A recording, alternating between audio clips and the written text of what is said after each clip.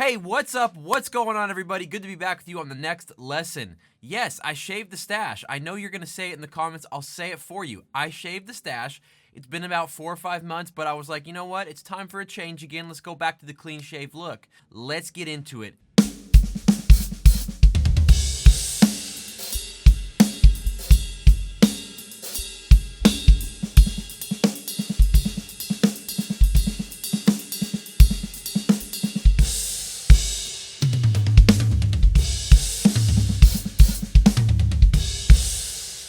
Alright guys, in this lesson we're going to look at polyrhythms and polymeters. It's going to be a lot of fun because we're going to put it in a groove context and just have some fun on the set grooving with these types of rhythms. Now, don't worry, polyrhythms and polymeters doesn't mean you got to click to the next video because you're like, oh, I can't understand that stuff. Don't worry, I'm going to break it down in a simple way and we're going to look at a few examples. Obviously, there's an endless amount of things you can do. With that, we're not going to go off the deep end. We're going to look at some really practical musical polyrhythms and polymeters, okay? So first step is I want you to understand what a polyrhythm is. Okay guys, so within a length of time, let's say 1 measure, you have 2 different rhythms being played. Now these rhythms contrast each other because they're different lengths of notes. And these notes are evenly spaced throughout the measure. Now these 2 rhythms are not going to be lining up together throughout the measure until it ends and it starts over again. At the start is when they both start together, but throughout that measure, they're being played at different points along the way because they're a different number of evenly spaced notes. So in this example, we're going to be looking at a 4-against-3 polyrhythm. So that means you have one voice that's playing 4 notes and another voice that's playing 3 notes. So remember, the 4 note is going to be 4 evenly spaced notes. The 3 note pattern is going to be 3 evenly spaced notes. So it's going to create this contrasting rhythm effect, and that's a polyrhythm. So here's an exercise you can do with me right now. Even if you don't have a drum set, we're just going to use our good old phalanges, our good old hands here. So we're going to be playing a 4-3 polyrhythm, okay? So with our right hand, we're going to be playing the 4-note pulse. Now let's think of this in a subdivision here. So let's say that 1 measure is a bar of 3-4. So we have 3 quarter notes being played. 1, 2, 3, 1, 2, 3. Now we're going to think of this in the context, the subdivision of 16th notes. So 1 E and a 2 E and a 3 E and a 1 E and a 2 E and a 3 E and a. So here's what you're going to do. With your left hand, you're going to be playing the quarter notes. Now you can snap it or tap it, whatever works better for you. I'm going to snap it. 1, 2, 3. Now with your right hand, you're going to be playing that 4-note grouping part, and that's going to be, if we're evenly spacing those notes out, it's going to land on every 3rd 16th. So it's a dotted 8th note. 1 E and a 2 E and a 3 E and a 1 E and a 2 E and a 3 E and a 1 E and a 2 E and a 3 E and a. So together, it looks like this. 1 E and a 2 E and a 3 E and a 1 E and a 2 E and a 3 E and a 1 E and a 2 E and a 3 E and a. Here we go. So I want you to count just the quarter notes with your left hand. Here we go. 1, 2, 3. 1, 2, 3. Now count your right hand. 1 E and a 2 E and a 3 E and a 1 E and a 2 E and a 3 E and a 1 E and a 2 E and a 3 E and a. Okay? In order to really digest it, you want to be able to count both. You want to be able to zoom in on just the quarter note pulse and also zoom in and focus on what your dotted 8th note pulse is playing. Okay, so now you know how to count a polyrhythm with your hands. But now let's grab your sticks and actually play it in a groove, all right? Grab your sticks and play this. Grab your sticks and play this. Grab your sticks and play this. See what I did there? Let's do it. Okay, so to put this on the set, what we're going to do is we're going to play our right hand. So that right hand that you were counting those 4 notes with, we're going to be playing on the bell, okay? And then to start it off, we're going to be putting that 3-note grouping with the voice of our kick, okay? So we'll add the snare in after. Let's just get started with feeling this polyrhythm that way. Here we go. 1, 2, 3.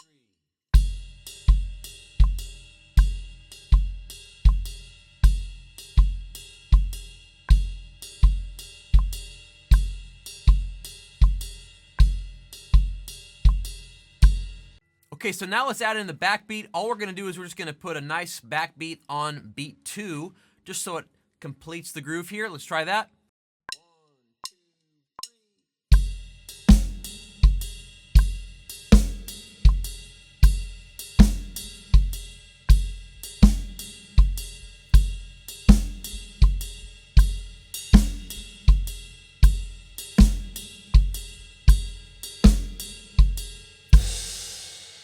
Now we can also flip the voicing. So instead of playing the right hand, the 4 notes on the right hand, let's play the quarter notes, the 3 notes with the right hand, and play that dotted 8th note with the kick. This might be something that you've already done. You didn't even know you were playing a polyrhythm, but let's check that out, switching it around. So the polyrhythm, it doesn't matter how you orchestrate it or how you voice it, you just have those 2 different patterns happening, those 2 different notes that are playing at the same time. So let's do it the other way now.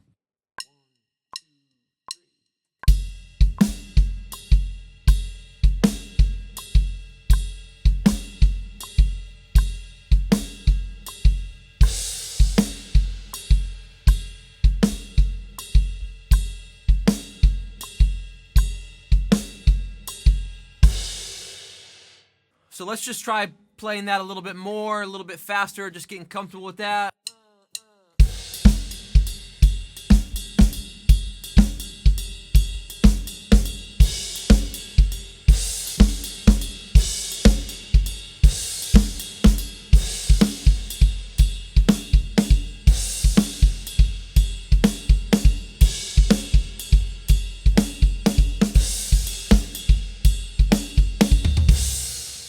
So that's just a great fundamental polyrhythm that you want to learn, that you want to have down. I think it's useful and musical.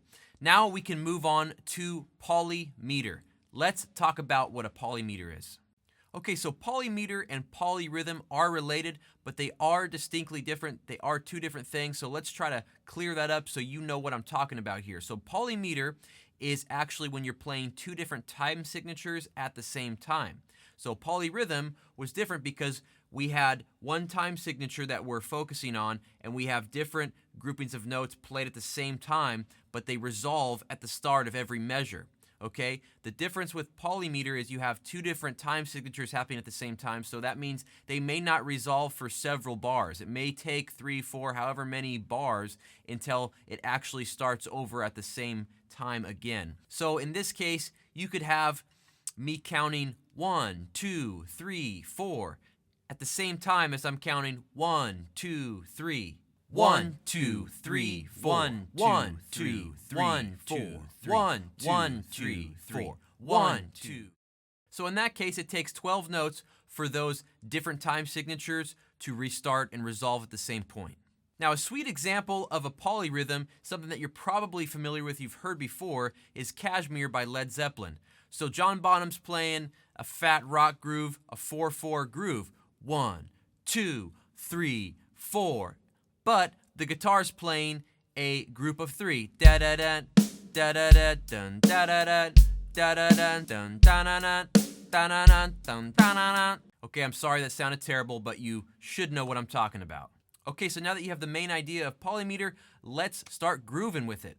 All right, so what we're going to do is we're going to be counting a 4/4 time signature here, okay? And our kick and snare are going to be holding down the fort, holding down that foundation with a solid rock groove. 1, 2, 3, 4.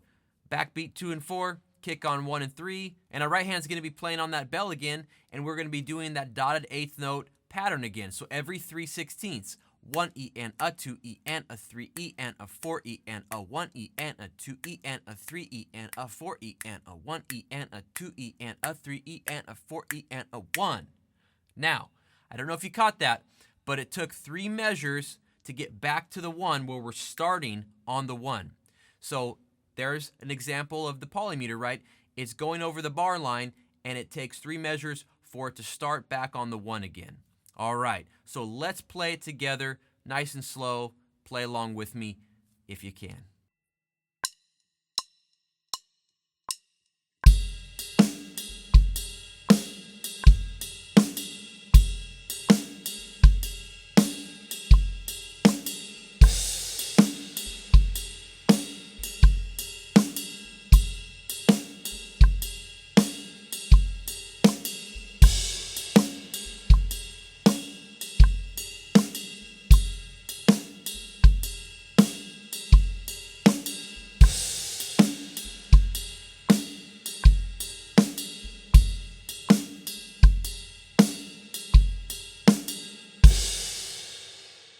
So another way you can play this is just by adding a 16th note right before that 8th note on the bell. So it just adds a little bit more to this, so it's not so boring just with that straight dotted eighth note pattern on the bell. It just makes it more like a shuffle feel. So you have this.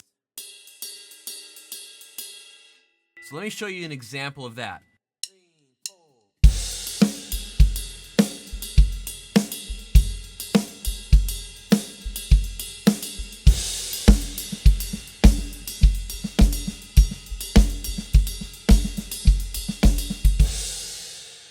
All right, guys, and the last groove we're going over is a ton of fun. We're going to be doing some fancier handwork now.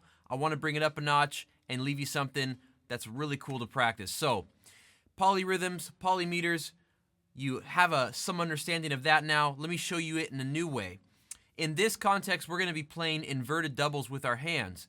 And in the subdivision of 16th note triplets, what happens is a polyrhythm kind of comes about naturally because you have a pattern of 4 played over this triplet grid of 16th note triplets, right? First, let's talk about what inverted doubles are if you haven't played them before. I like to make use of these, and you may have seen one of my lessons on inverted doubles already, but basically, instead of starting with the first double, right, right, left, left, right, right, left, left, we're going to be starting with a single right, left, left, right, right, left, left. So it essentially inverts the doubles of where they're landing in the subdivision in the measure, so it flips everything, and now that second double is going to feel like the accented note. Okay, so the next step is to get comfortable playing these inverted doubles in the subdivision of 16th note triplets. So we have a whole bar of 4/4, that means we have 24 notes that we're working with, and we have to count it and play it at the same time to really digest it. So let's do that together. I'm going to play it on my leg here. You can tap along with me. Here we go. 1 and a 1 and a 2 and a 2 and a 3 and a 3 and a 4 and a 4 and a 1.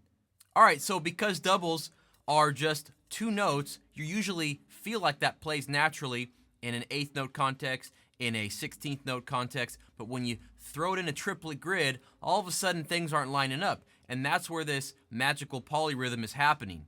Now, you'll see as we put this in a groove how it starts to feel like you have these 2 rhythms that are contrasting each other. So let's, now that you get that down, you might want to pause the video and take a minute to work that out and count it out. But I got to keep moving here. What we're going to do is we're going to start adding in our kick and our snare and put this in a groove. Now we're going to be playing kick on 1 and 3, backbeat on 2 and 4. Now here's what happens.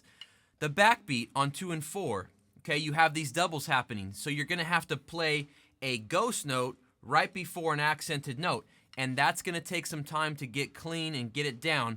Just watch it through. I'm going to play it real slow so you can get the idea first, then we'll break it down a little bit more. So here we go.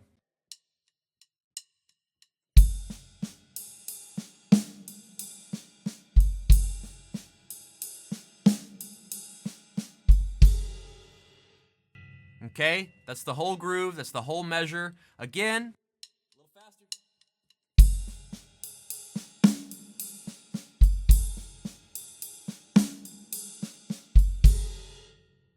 Okay.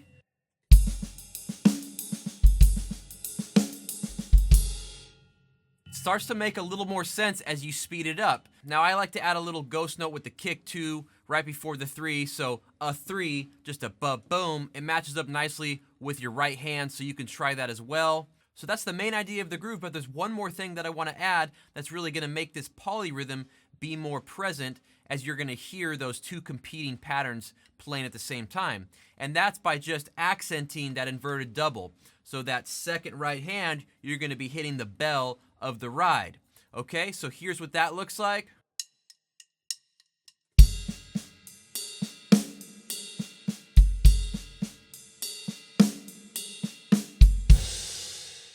All right, did you see what was happening there? Now it's a lot more present. All right, so let's try that a little bit faster. Here we go.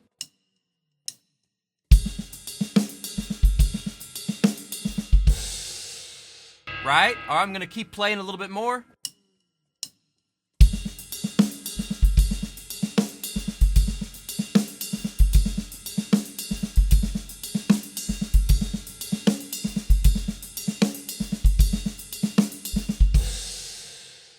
So a couple final notes about the groove in order to make it sound real clean and kind of finish it out nicely. Make sure you keep that left hand, all those left hand notes on the snare are ghosted except our backbeats on 2 and 4.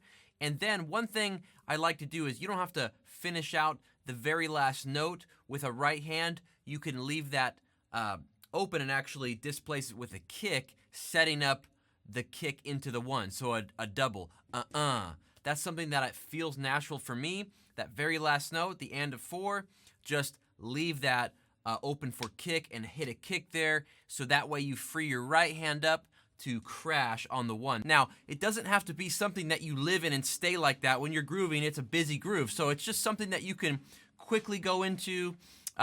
You can be a little bit of a break from your normal swung kind of pocket groove. So it's fun to throw it in your grooves like that. So let's just have some fun with it, and you can see how this sounds as we groove back and forth from a regular kind of swung groove to something a little bit fancier than when you want to whip out the big gun. So here we go.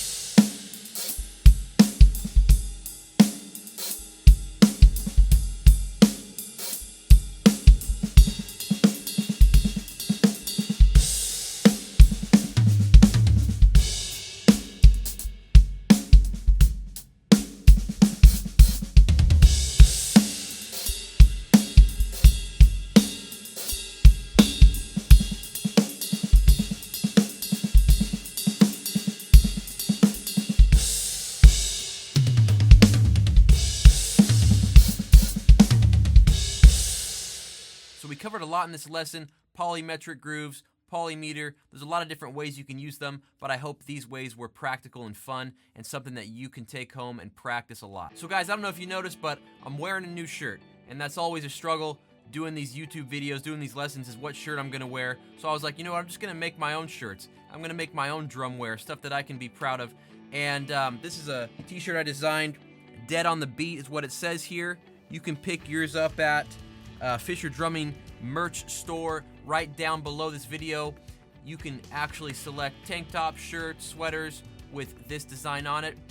There's a couple different options, so check it out if you guys want to support the channel, support Fisher Drumming that way. That would be much appreciated, and I think it's a cool piece of art that you can be proud to wear as well. And lastly, guys, make sure you take advantage of the resources at fisherdrumming.com. When you sign up with your email, you get 5 free practice loops, practice tracks that you can just take home and start grooving to on the weekend. They're different genres of music. They're really fun to play to, and they help your drumming. And the other free resource that you've got to take advantage of, if you haven't seen it yet, is the webinar that I'm running. It's actually a whole drum class. It's how to build a solid foundation on the drums and the main points that all drummers need to focus on. So it's super simple to start watching. You just type in your email, select the time to watch it, and boom, you can start streaming it on your device right away. And then, of course, guys, if you're hungry for more, definitely pick up one of the courses over at fisherdrumming.com, or you can sign up for the Total Drumming Program, which is a whole membership that you get lifetime access to. So hope to see you on the site as well. Now, guys, please like, comment, share, subscribe, whatever you can do to support the channel. I really appreciate the views. I feel like the YouTube channel has just been growing great recently. We've had so many new people checking out the lessons, and the lessons are just going off the charts, so I love that. Thank you for all the support. I'll see you guys in a couple weeks here on the next lesson. Take care, have fun, practice like always. Woo!